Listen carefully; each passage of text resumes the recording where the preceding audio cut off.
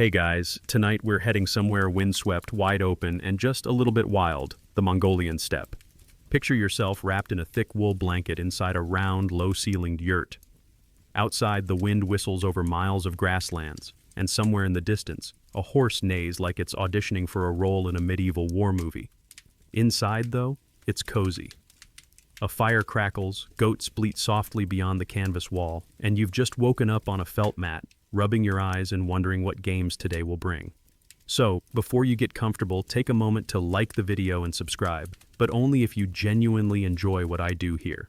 And I'd love to know, where are you listening from and what time is it where you are right now? You trudge to the yurt door and peek outside. The morning sun paints the grass in long yellow streaks, and it smells faintly of smoke, damp wool, and fresh dung. Lovely. One of the goats has chewed your sleeve overnight, which honestly feels like a compliment around here. You stumble outside barefoot and immediately step on something cold and smooth, an ankle bone from yesterday's game of Shagai. You brush it off and tuck it into your belt. It'll come in handy later. Before the chores begin, because let's be honest, there are always chores, you have a few minutes to play. Your siblings are already gathered around a clump of stones, each clutching their own small treasure. A worn leather pouch, a braided rope, a carved piece of driftwood. These aren't toys in the way modern kids might think, but they're definitely tools for fun. Historians still argue whether children in early Mongol society had designated playtime the way some ancient cultures did.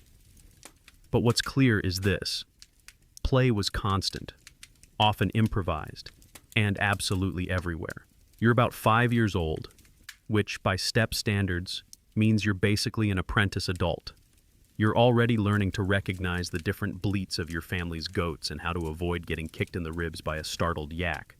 But before you dive into Goat Herding 101, your cousins challenge you to a game, something made up on the spot, probably involving a race, some yelling, and a whole lot of dust.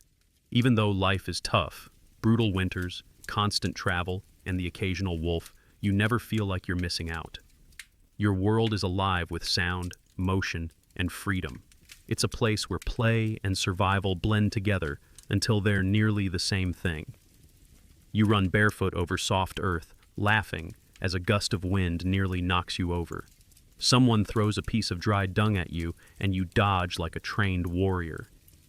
That, too, is part of the game. It's barely glance your way.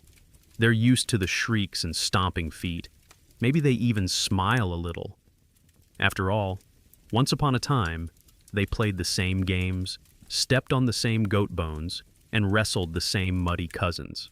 Quirky fact: some Mongolian families believe that letting kids play with random broken household objects could attract good spirits. So if your toy stash looks like a collection of trash, that's not a mess, it's spiritual insurance. Your baby sister toddles out of the yurt, dragging a piece of felt and squealing with glee. She's got her eye on a shiny horseshoe left in the sun, and she's not the only one. Soon it becomes the center of an impromptu game of Steal the Treasure, complete with negotiations, mock sword fights, and at least one real tumble into a muddy ditch. You sit in the grass and catch your breath. Above you, a hawk glides silently. The wind brushes your cheeks and carries the smell of milk tea from inside the yurt. You don't know it yet, but these moments will echo across centuries. Long after plastic toys and screen time take over the rest of the world, some Mongolian children will still wake up in yurts, still step barefoot onto goat-chewed grass, and still find joy in the silence between gusts of wind. And so, your day begins. The first thing you do when the chores are over, or at least cleverly avoided, is wander over to the supply pile where yesterday's game bits lie waiting in the dirt. Wool scraps, weather-worn wood chunks, and dried bones from last week's lamb stew. To someone from the future, this would look like garbage. To you and your cousins, it's a toy chest. Your older cousin picks up a curved piece of driftwood and hands it to you.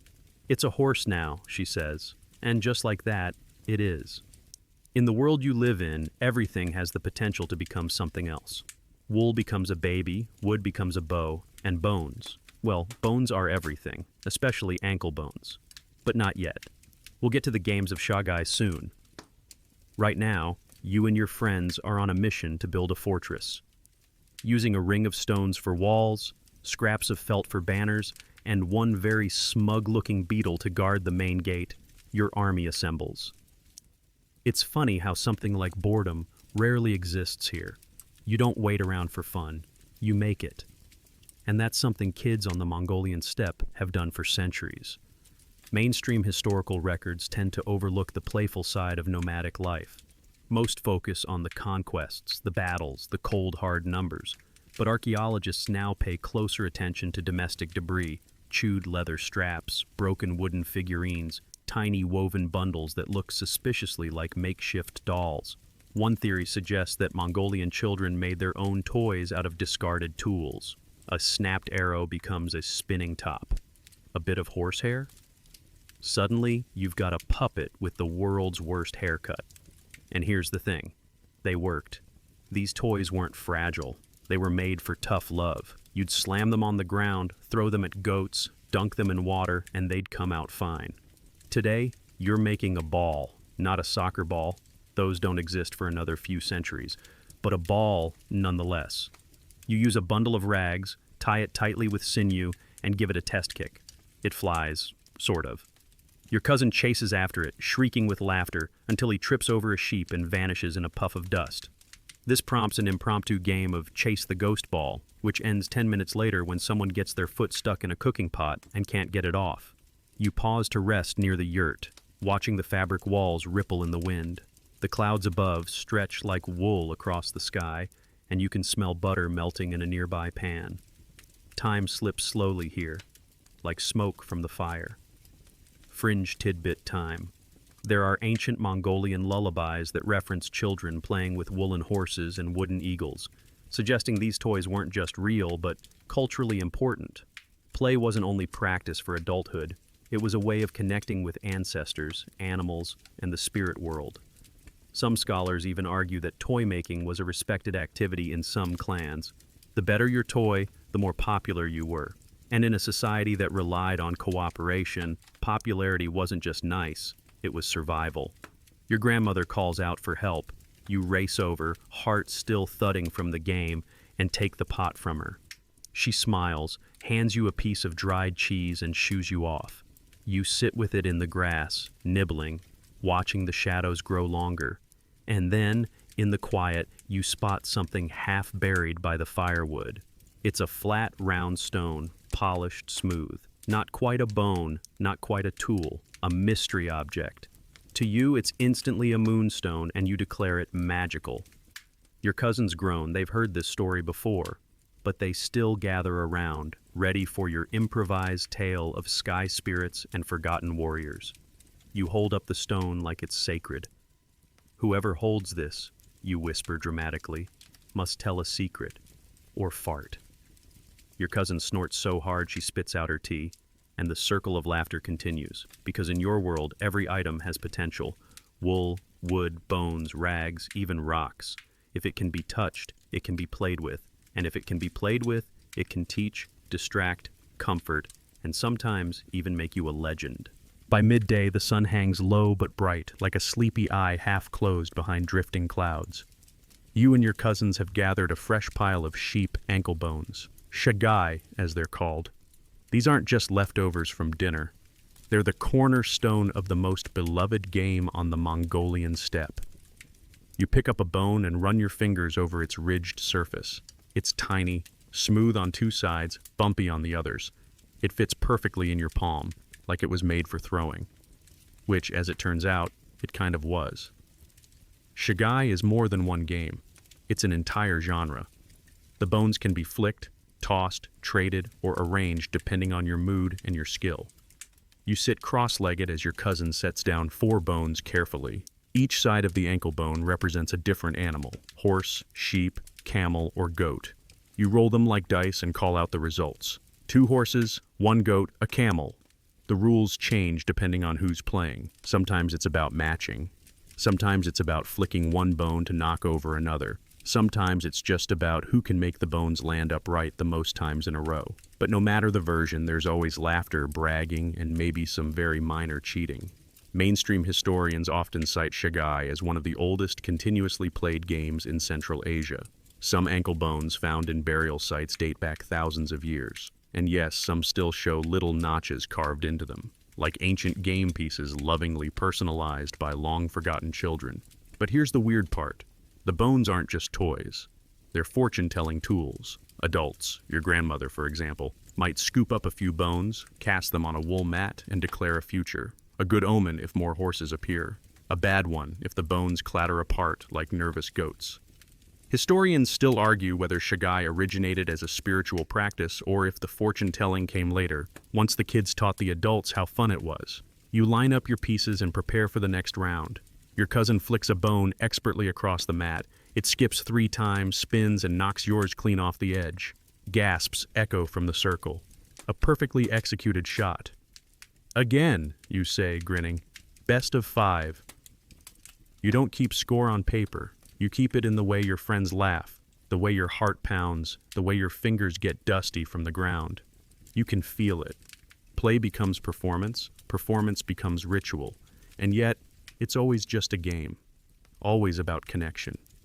Fringe fact, in some Mongolian communities, children would decorate their shagai with soot, ink, or even beet juice to create lucky pieces. A dark red ankle bone meant victory, supposedly. Yours is just plain, but that doesn't stop you from whispering to it for luck. The wind kicks up again, scattering a few of the bones. You chase after them, holding your hand over your eyes against the sun. When you catch the furthest one, a hawk screeches overhead, almost like it's cheering you on, or judging your throw. It's hard to say with hawks. You return to the circle, but now the vibe is shifting. A few of the younger kids are getting fidgety. It's time to change the game. That's the beauty of childhood here. Nothing is fixed. Rules bend, roles shift. Today's game master is tomorrow's goat wrangler. And while toys might be few, imagination never runs out. So the bones are gathered. Someone announces a new game. It involves hiding one ankle bone in a mound of wool scraps and making others guess where it is. The winner gets to wear the family's lucky hat for 5 whole minutes. It's a floppy, patched-up thing that smells like sun and horse, but you still want it. Badly. You win, of course. With a flourish, you place the hat on your head and bow dramatically. Everyone applauds. The goat sneezes. A quiet moment settles. You look around, wind curling over hills, your cousin braiding her doll's hair, a lone yak watching you with what might be mild contempt. And at your feet, 4 tiny bones that have traveled centuries just to be part of this moment. You don't know yet that one day, Shagai will be taught in classrooms and played in international competitions. Right now, it's just you, the wind, the dirt, and the rhythm of the roll.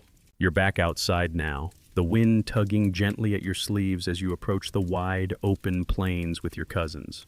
One of them carries a rough wooden stick, another clutches a knotted cord looped into reins. No adult supervision, no helmets, just kids, bareback, barehanded, and completely fearless. Welcome to the original extreme sport, horseback games. Your cousin clambers up first, gripping a shaggy pony by its thick mane. You follow, springing up with a practiced leg swing. These horses aren't huge, more like stocky, snorting lawnmowers with attitude, but they're fast, and more importantly, they're yours. The game today is a classic, tag, but at full gallop. With a shriek of laughter, your cousin takes off and you follow. Knees tight, hands gripping the makeshift reins, dust flies behind you like a comet's tail. You lean into the ride, the wind blasting your face, your eyes watering with speed and joy. A goat watches nearby, unimpressed. Historians still debate how young Mongolian children began riding. Some argue it was as early as 3 or 4. Others suggest training began with gentle walks beside elders. Either way, by your age, somewhere between too young to vote and old enough to hold a grudge, you're expected to ride well enough to herd livestock or flee from invading neighbors. Mainstream records often praise Mongol military horsemanship, but rarely mention that the skill began with games like these: chasing, racing, jousting with sticks, all part of the curriculum of steppe childhood. And here's a strange little detail. Certain Mongolian clans believed horses had protective spirits. Kids were taught not just how to ride, but how to respect. Before riding, you might whisper a quick word to the horse, something about keeping you safe or not bucking you into a ditch. Some children would braid a bit of red thread into the mane as a lucky charm. You did that this morning. So far, so good. Your cousin doubles back, tapping your arm mid-gallop, tag, and veers off.